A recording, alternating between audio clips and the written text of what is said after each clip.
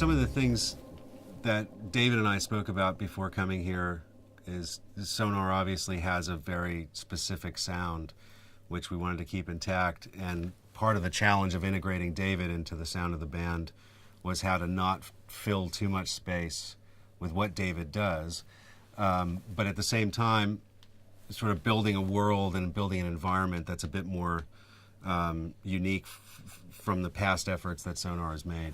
And one of the challenges for me in that regard is to maintain the space that this band creates in between all of the polyrhythms that they're all playing, which is really special.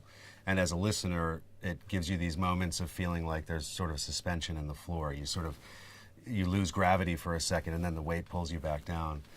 One of the challenges for me was to do what I do, which is, work in a slightly more aggressive way with drum sounds, and then integrate what David does, which is markedly different from what the band sounds like on its own. And part of really the challenges are specific to each piece, so that you'll find moments of focus. It's more like lighting a scene in a film. Something will catch your ear, and my challenge is to bring that as a priority into what I'm working on and how I'm focusing the sound. So I'm sort of changing the lighting, as it were. We have this basis of material, and then I'm changing the lighting as David comes in and out of the piece. And that theory occurs for each piece of music, but each one is unique in its own way, which is pretty cool. One of the things that's interesting to me in this band, and originally caught my ear, and David's too, was the simplicity of the drum patterns. They're incredibly complex patterns, but they're presented in a really simplistic way, and which stylistically suits me quite well, because I tend to work in more experimental ways with drum sounds. I tend to be very aggressive with how I treat drums. So it was fun for me to try to find ways to make the drums super aggressive while not making them sound trashy, because that seems counterproductive to the theory of the band and the concept of the band. So that's been one of the more interesting challenges and fun challenges for me on this project. It's an interesting room. It's not a huge studio, which is nice. I don't like big cavernous studios, and I think for this band, the aesthetic of having a smaller, tighter room is really critical. And in fact, the first day we got here, Sonar had done their last record here, and the drums were back in the more sort of live part of the room.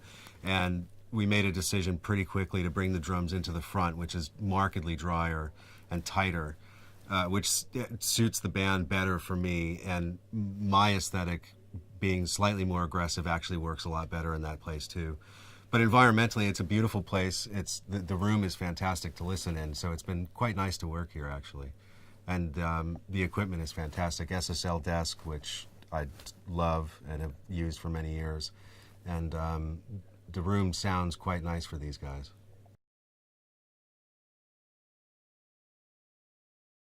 It's interesting with the three of them being presented that way. You know, Stefan and Bernard have always, my understanding is they've always played direct with some processing beforehand, but not through an amplifier.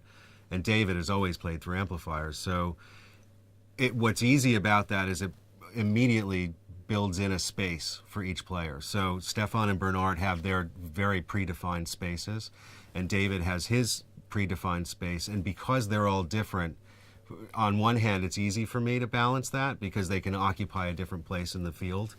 On the other hand, it's difficult because you want them to also sound like an integrated unit. But being such disciplined players, I think they have a very good sensibility of how to blend with each other, which makes my job much easier for sure. But being in the room, David's amplifiers being in the room with the drums, even though there's a large amount of separation, it brings in this sort of organic confluence of these sounds happening at the same time, which is quite nice and I think unique for Sonar as a band.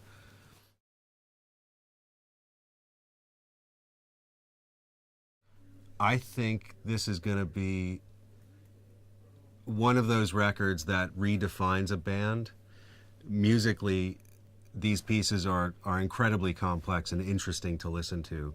But then when you add David to this picture that's already been painted by Stefan's compositions and the way this band plays them, but then bring David into the mix, to me, it's sort of like that. It's like the turning point in a film plot. You know, suddenly everything becomes clear, and you say, "Oh my God, how come this wasn't clearer to me before?"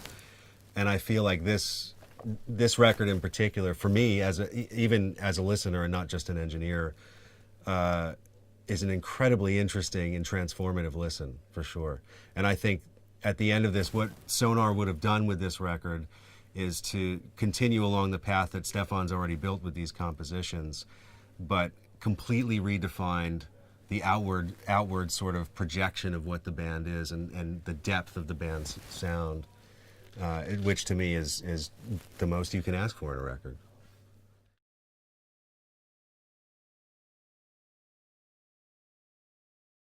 Each member has a really interesting way of playing their instrument. Obviously, Stefan, being the composer, is deeply inside of these songs.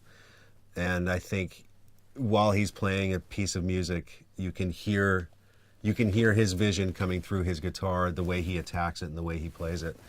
And each member, to me, at least from my perspective, translates that in a very specific and unique way. Christian is a really physical player, which is quite interesting to watch. And that translates in his sound, because these notes that happen with the kick drum, and they're just really, really palpable and tactile. And you can see it when you see him play. You feel that tactile nature of his playing. And Manuel, to me, is he's such a cerebral drummer, but in a way that's not, you never feel like you're listening to a clinician. You feel like you're listening to an explorer of if you have like a meter with beats, he's exploring every space within that meter. And to hear him go off the rails sometimes and then come back in is really, really fun to listen to. And the thing that I love about this band the most is the way Stefan and Bernard play with each other as that sort of string unit, and then Christian and Manuel underneath that, sort of integrating into these things that Stefan and Bernard are doing at all times. It's remarkable, the sound that they have and they've created. I don't think I've ever worked with one unit that was this cohesive while having four equally disparate elements. I don't think I've ever done that before. So that's pretty cool for me. Typically David and I worked on David's solo record, so that was all David. So that notwithstanding, most of the projects that I do with David, if he's producing, he's playing on it sparingly or playing on it at a later time. And this has been interesting because his influence in the room playing with the band from minute one was you couldn't help but notice the shift in the band's energy, which was quite unique. And this process for him, I think, is different because he's used to being in here with me. We're sort of listening, we're conversing about the pieces as they go. And in this case, he's out there interacting at the moment with the band, which I think has just infiltrated the whole band's unit and energy and the way they play together. So in that way, it's very unique, actually.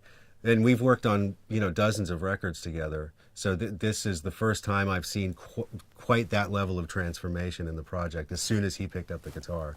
It's pretty fantastic, actually. But I think that speaks to the receptive nature of the band wanting him to bring that energy into the room. Because some people might be resistant to that, or others may just want to do sort of their thing and then let David sprinkle on top later. But this wasn't like that. It was more of a full assimilation into the band, which was quite interesting to watch, and cool from my perspective too, because we've worked on so many records together. To see that and to see David's change, the way David has sort of blended into this project, but also the project just took on a life of its own when that happened. It's pretty amazing.